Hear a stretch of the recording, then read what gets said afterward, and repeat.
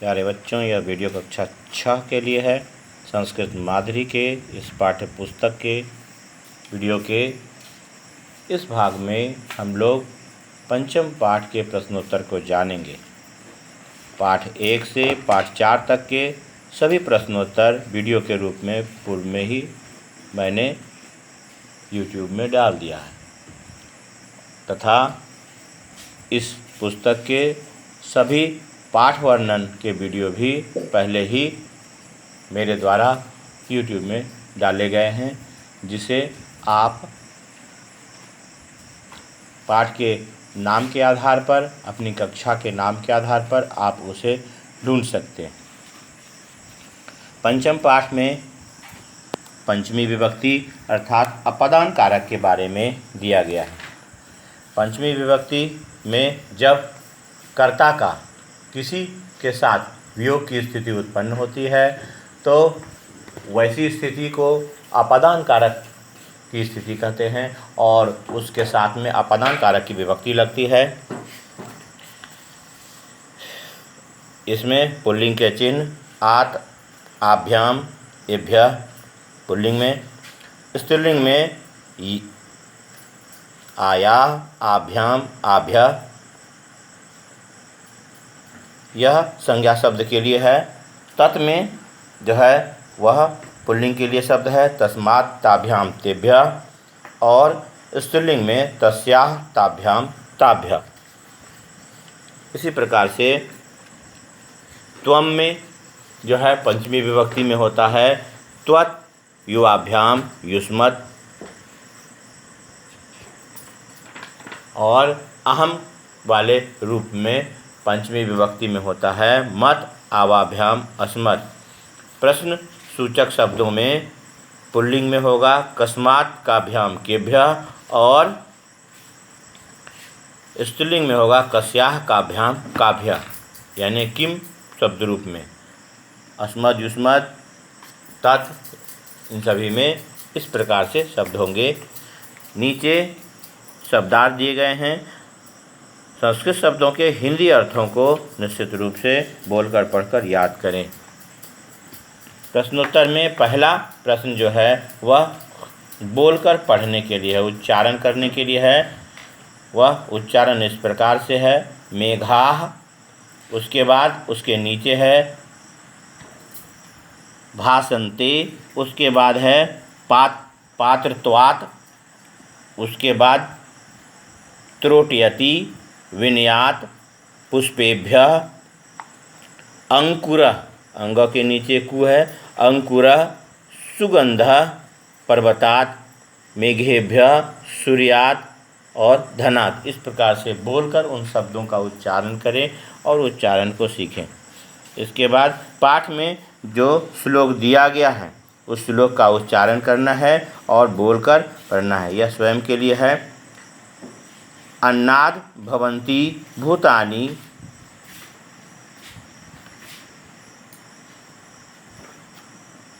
पर्जन्यात् अन्न संभवः, यज्ञात् भवन्ति पर्जन्यः, यज्ञः कर्म समुद्भवः। यह है अन्नात् भवन्ति भूतानि पर्जन्यात् अन्न संभवः, यज्ञात् भवति पर्जन्यः, यज्ञः कर्म समुद्भवः। इसका उच्चारण इस प्रकार से करेंगे। तीसरा नंबर में है समुचित विकल्पेभ्यः पदम चित्वा लिखत। इसमें जो सबसे उचित शब्द है उसे चुनकर लिखना है, सामने में इस प्रकार से भरना है।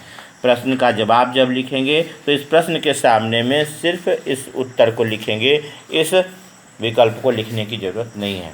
जैसे कहते हैं फलम कस्मात् पतति, तो इसमें सही सबसे सटीक होगा वृक्षात्, क्योंकि वृक्ष से अलग होता है। पंचमी विभक्ति वृक्ष में लगा हुआ है, इसलिए वृक्षात् ऑलरेडी जहाँ पर दिया हुआ है। जलम केभ्यः वर्षति, तो इसमें मेघेभ्यः सबसे उत्तम होगा और सही है, इसलिए मेघेभ्यः को उसके सामने में इस प्रकार से लिखना है।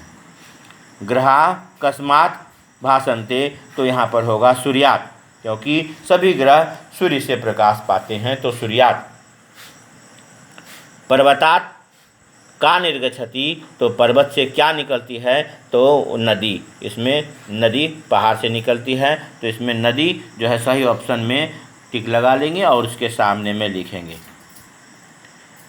सुगंधा केभ्य आगच्छति, तो फूलों से सुगंध आता है, इसलिए पुष्पेभ्य इसमें सटीक उत्तर होगा। उसके सामने में इस प्रकार से लिखना है। किताब में पहले भर लेंगे और उसके पश्चात अपने उत्तर पुस्तिका में लिखेंगे।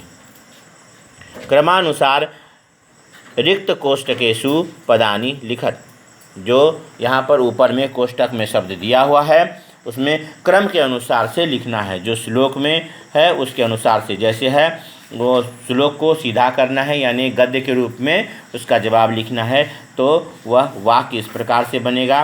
भूतानि अन्नात् भवन्ति, तो बीच में अन्नात् या ऑलरेडी दिया हुआ है यहाँ से।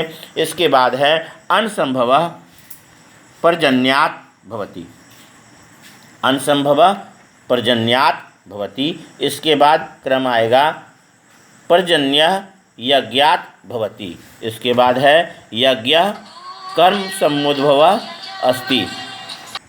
तो इस प्रकार से हम लोग इसके जवाब को सही रूप में लिखेंगे। बुक में यहाँ दिया हुआ है, यह स्थान भी खाली रहेगा, और इस प्रकार से प्रश्न जब लिखा हुआ रहे तो यह जरूरी नहीं है इसी प्रकार से हो, सामने में यह रिक्त स्थान के रूप में रह सकता है। तो इसे आप इस प्रकार से क्रम से लिखोगे, 1 2 3 है, 4 है, तो यहाँ पर अन्नात् होगा इस जगह, तो हो जाएगा भूतानि अन्नात् भवन्ति, अनसंभवः पर्जन्यात् भवति, पर्जन्यः यज्ञात् भवति, यज्ञः कर्म समुद्भवः अस्ति। तो इस प्रकार से इसे लिखेंगे। चौथा नंबर के बाद में 5वां नंबर में है जो है वह समुचितम मेलनम कुरुत, सही जो है मिलान करना है। फूलों से गंध मिलता है, तो पहला जो है पुष्पेभ्य, इसे चूँकि यहाँ पर क्रॉस किया हुआ है इसलिए क्रॉस किया हुआ है। जब आप कॉपी में लिखोगे तो इसके सामने में इस नंबर को इस जगह करके लिखोगे। जैसे पुष्पेभ्य के सामने में लिखना है सुगंधा, और हिमालयात के सामने में लिखना है गंगा नदी, तो इसके सामने में चौथा नंबर लिखेंगे। फिर मेघेभ्य के सामने में लिखेंगे जलम, सूर्यात के सामने में लिखेंगे प्रकाशः, विद्यायाः के सामने में लिखेंगे सुखम, इस जगह में। तो इसे सीधा करके उसके सामने में लाइन देकर उसके सामने में लिखना है। किताब में इस प्रकार से पहले भर लेंगे। उसके बाद चित्राणि दृष्ट्वा उदाहरणानुसारम वाक्यानि पूरयत, जो इसमें दिया गया है, यानी कोष्टक में शब्द है, शब्द की मदद से उसमें पंचमी विभक्ति का प्रयोग इसमें करना है, और यानी सटीक शब्द का प्रयोग करना है। सोचकर उसमें हिंदी में अनुवाद कर लेंगे और उसके अनुसार से हम लोग उन वाक्यों को बनाएंगे। जैसे यहाँ पर दिया है सैनिकः अश्वात् पतति, पहले दिया हुआ है अश्व का अश्वात् हो गया पंचमी विभक्ति। यहाँ पर बंदर पेड़ से नीचे उतरता है। यहाँ पर है वानरा, यहाँ पर होगा वृक्षात् अवतरति, बंदर पेड़ से उतरता है, तो वृक्षात् हो जाएगा। करवस्त्रम हस्ताभ्याम पतति, तो यहाँ पर दोनों हाथ के बीच में रुमाल गिर रहा है, तो इसलिए हस्त का हस्ताभ्याम दोनों हाथों से गिर रहा है। हाथ पोंछते रहते हैं, हाथ से गिर जाए तो वह एक हाथ से लेकर के पोंछ तो नहीं सकते, इसलिए दोनों हाथों का प्रयोग होगा। दोनों हाथों से गिरता है, जैसा कि जानते हैं तृतीया विभक्ति से पंचमी विभक्ति तक द्विवचन में वह हस्ताभ्याम शब्द ही होता है, इसलिए पंचमी विभक्ति में भी हस्ताभ्याम ही होगा, तो हस्ताभ्याम यहाँ पर भरेंगे। मकरः जलात् बहिः आगच्छति, मगरमच्छ जल से बाहर आता है, तो वहाँ पर जलात होगा, क्योंकि जल से बाहर निकल रहा है, तो जलात यहाँ पर सही ऑप्शन होगा। बालिका वाटिकायाः पुष्पाणि त्रोट्यति, तो वाटिकायाः ये पंचमी विभक्ति में और षष्ठी विभक्ति के एक वचन में वाटिकायाः शब्द होता है, तो वह स्त्रीलिंग के शब्द में वाटिकायाः शब्द यहाँ पर होगा। इसके बाद है समुचितम उत्तरम चीनुत लिखत, जो सबसे उचित उत्तर है उसको चुनकर लिखना है। पर्जन्य अस्य अर्थ अस्ति, तो पर्जन्य अर्थ वर्षा अस्ति। पर्जन्य का मतलब वर्षा होता है, तो इसमें वर्षा सटीक उत्तर है। तो इस प्रकार से वाक्य के रूप में यहाँ पर लिखना है, पर्जन्य अर्थ वर्षा अस्ति। तो इसमें इसके बाद है प्राणिनः। इसमें कहेंगे जैसे बीच में पर्जन्य अस्य अर्थ वर्षा अस्ति, तो पर्जन्य के पहले जैसे कोमा डाला हुआ है, अस्य को लिख देंगे, अर्थ लिख देंगे, उसके बाद बीच में वर्षा लिख देंगे और अस्ति, तो वाक्य भी बन जाएगा और यहाँ पर यह उत्तर हो जाएगा। इसमें उत्तर मांगा गया है, इसके सामने में डायरेक्ट में भी लिख सकते हैं वर्षा, लेकिन इसे वाक्य के रूप में लिखेंगे। तो पर्जन्य अस्य अर्थ वर्षा अस्ति। उसके बाद दूसरे नंबर में है प्राणिनः।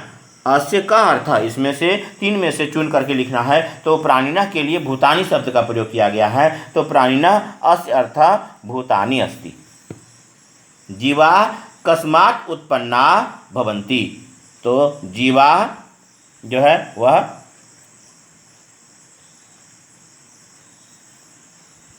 जीवा अन्नात् उत्पन्ना भवन्ति, जीव अन्न से उत्पन्न होते हैं, तो अन्न खाकर मतलब उत्पन्ना भवन्ति, ठीक है। तो अन्नात् अन्न से, तो यहाँ पर जीवा अन्नात्, ठीक है, उत्पन्ना भवन्ति। फिर है कर्म समुद्भव क अस्ति, यहाँ पर यज्ञ होगा, तो यज्ञ को इस मध्य में कह की जगह में लगाकर लिखेंगे कर्म समुद्भव यज्ञ अस्ति। इस प्रकार से इसे पूरा करेंगे। पर्जन्य अस्य अर्थ वर्षा अस्ति, प्राणिनः अस्य अर्थ भूतानि अस्ति, जीवा अन्नात् उत्पन्ना भवन्ति, कर्म समुद्भव यज्ञ अस्ति। इसे इस प्रकार से लिखेंगे। इसके बाद है षष्ठी विभक्ति, षष्ठम पाठ। छठे पाठ में षष्ठी विभक्ति अर्थात संबंध कारक, जब संज्ञा शब्दों के साथ में का के की सर्वनाम शब्द के साथ में रा रेनी या ना नेनी का प्रयोग किया गया हो, और यानी कि 2 शब्दों के बीच में संबंध दर्शाया गया हो, तो वैसी स्थिति को संबंध कारक में लिया जाता है। और उसके लिए यह फॉर्मेट है। इसमें है अस्य अयोः आनाम या अयो आनाम, इस प्रकार से यह शब्द है।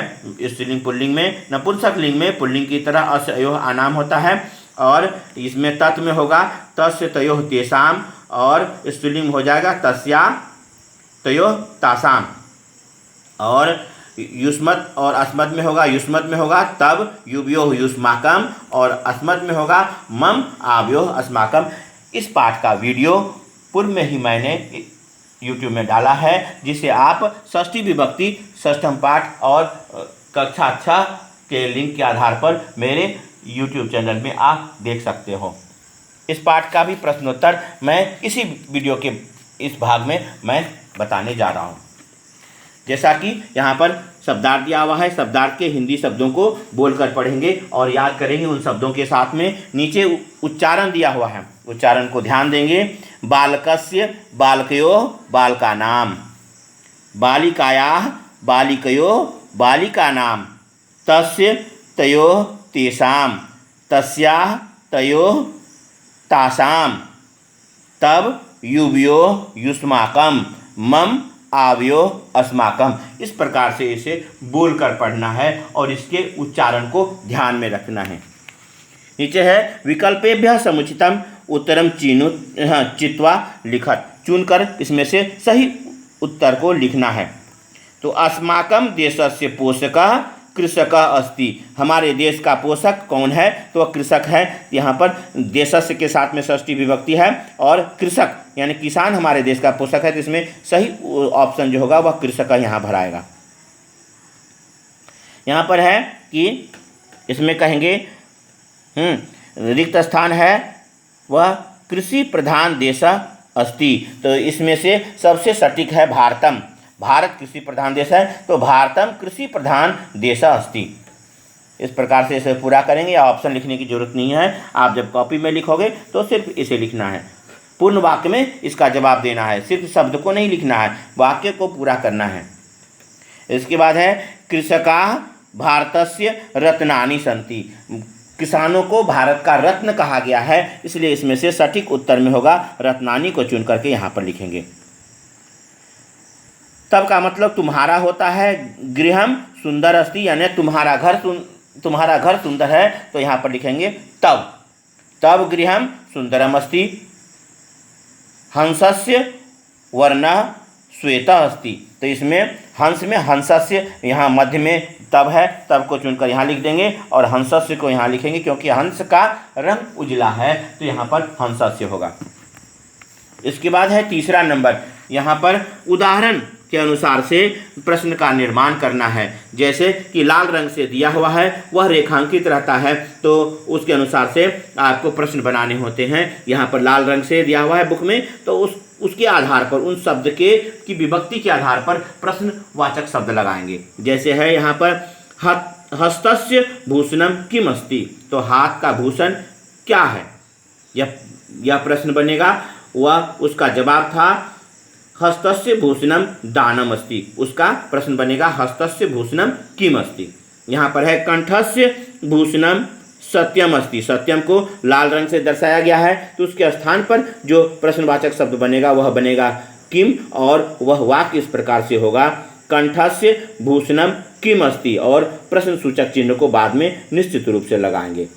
इसके बाद है श्रोत्रस्य भूषणम शास्त्रम अस्ति, तो श्रोत्रस्य यानी कानों का आभूषण शास्त्र है, तो यहाँ पर बनेगा श्रोत्रस्य भूषणम किम अस्ति, और प्रश्नवाचक चिन्ह लास्ट अंत में लगा देंगे।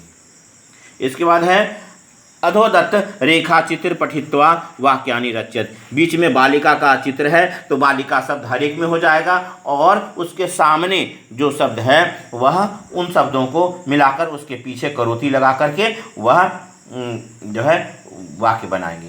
तो पहला वाक्य ऑलरेडी बनाया हुआ है, बालिका श्लोकस्य वाचनम करोति, यहाँ से शुरू है। उसके बाद में शुरू करेंगे अगला, तो बालिका कथायाः स्मरणम करोति, हाँ, और उसके बाद में है पुस्तक है उद्घाटनम है, तो बालिका पुस्तकस्य उद्घाटनम करोति, यानी खोलती है, उद्घाटन करना यानी खोलना, तो उद्घाटनम करोति। इसके बाद बालिका देवस्य पूजनम करोति, यहाँ पर देव है और पूजन है, तो इसमें इन शब्दों में बीच वाले शब्दों में विभक्ति लगाना है। तो इसमें श्लोक में जैसे श्लोकस्य लगा, तो कथा में कथाया, और यहाँ पर जैसे पुस्तक में पुस्तकस्य लग गया और देव में देवस्य हो गया। तो इस प्रकार से जो है अगला होगा वाक्य बालिका वस्त्रस्य क्षालनम करोति, तो यहाँ पर वस्त्र के साथ में अस्यो लग जाएगा, वस्त्रस्य क्षालनम करोति, और फिर है बालिका ज्ञानस्य अर्जनम करोति, तो ज्ञान के साथ में भी अस्यो लग जाएगा और ज्ञानस्य अर्जनम करोति। इस प्रकार से यह वाक्य बन जाएंगे। आप इसे रोककर इसे अपने पुस्तक में भर लेना और इसे बोलकर याद करेंगे, और इस पिक्चर को ध्यान में रखेंगे। इस चित्र के आधार पर आपको वाक्य बनाने होंगे, तो आप आसानी से बना सकते हो। षष्ठी विभक्ति प्रयोज्य रिक्त स्थानानि पूर्यत, षष्ठी विभक्ति का प्रयोग करके जो यह कोष्टक में शब्द दिया है, इसके साथ षष्ठी विभक्ति का प्रयोग करके वाक्य को पूरा करना है। जैसे सीता रिक्त स्थान है, उसके बाद है पिता जनक अस्ति, तो यहाँ पर सीता चूंकि स्त्रीलिंग शब्द है, सीता के साथ में आया लगता है, तो सीताया हो जाएगा, तो सीताया पिता जनक अस्ति, ऑलरेडी पहले से बनाया हुआ है। इसके बाद है भारतस्य राजधानी दिल्ली अस्ति, तो भारत शब्द था, वह उसका रूप षष्ठी विभक्ति में हो जाएगा भारतस्य राजधानी दिल्ली अस्ति।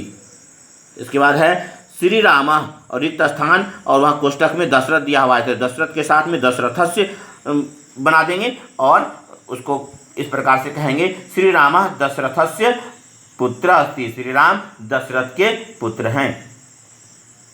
विश्व शब्द है, विश्वस्य प्राचीनतमा भाषा संस्कृतम अस्ति, विश्व की सबसे प्राचीन भाषा संस्कृत है, तो विश्व के साथ में विश्वस्य हो जाएगा।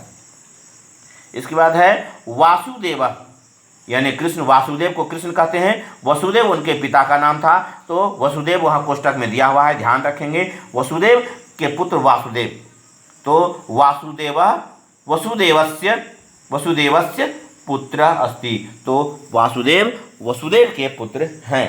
तो वसुदेवस्य वसुदेव के साथ में अस्य लग गया है। इसके पश्चात है प्रश्न संख्या 6। इसमें मेलनम कुरुत वर्ग पहेली को पूरा करना है और उन शब्दों को मिलाना है। जिसमें 100 यहाँ पर शंख का चित्र बना हुआ है, बीच में ख लिख देंगे तो शंखस्य हो जाएगा। फिर य लिखा हुआ है मु ना या, तो यमुनाया हो जाएगा, तो शब्द बन जाएगा यमुनाया। इसके बाद है पी है और यहाँ पर दिया हुआ है चित्र, तो यह कोयल का चित्र है तो पिकस्य हो जाएगा, बीच में को लिख देंगे। और यहाँ पर वृक्ष का चित्र है तो यह वृक्षस्य बन जाएगा। तो इस प्रकार से इन शब्दों को, यह पहेली को भी पूरा करना है।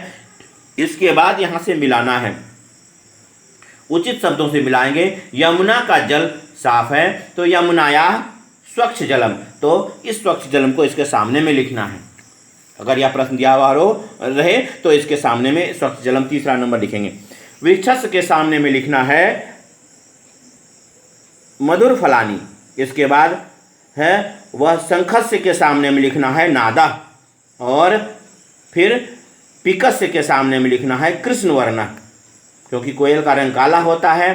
शंख से मतलब शंख को बजाया जाता है, शंखनाद होता है, तो वह शंख की ध्वनि को शंखनाद कहते हैं। तो शंखस्य नादा और वृक्षस्य के सामने में मधुर फलानी, इस प्रकार से इसे पहले पुस्तक में इस प्रकार से क्रॉस लाइन देकर बना लेंगे और उत्तर पुस्तिका में जब लिखेंगे तो उसे सामने में लिखेंगे। ठीक है, तो हर एक को सामने में लिखना है। इसके बाद है कर्तृपदानी क्रियापदानी च पृथक कुरुत, और इसमें से कर्ता के शब्द और क्रिया के शब्दों को अलग अलग करना है। रत्नानी वह कर्ता का पद है तो रत्नानी को कर्तृपदानी में लिखेंगे। उद्घोषा यह भी जो है यह भी कर्ता का पद है तो इसे भी इधर में लिखेंगे। फिर यक्षामी जो है वह क्रियापद में आता है तो क्रियापदानी के सामने में लिखेंगे। अस्ति यह भी क्रिया का पद है तो अस्ति को भी क्रियापदानी के सामने में लिखना है। फिर पुस्तकम है, यह कर्तृपद है, इसे कर्तृपदानी के नीचे लिखना है सामने में। और उत्पादयति यानी उत्पन्न करता है, यह क्रिया का शब्द है तो उत्पादयति को यहाँ पर लिखना है।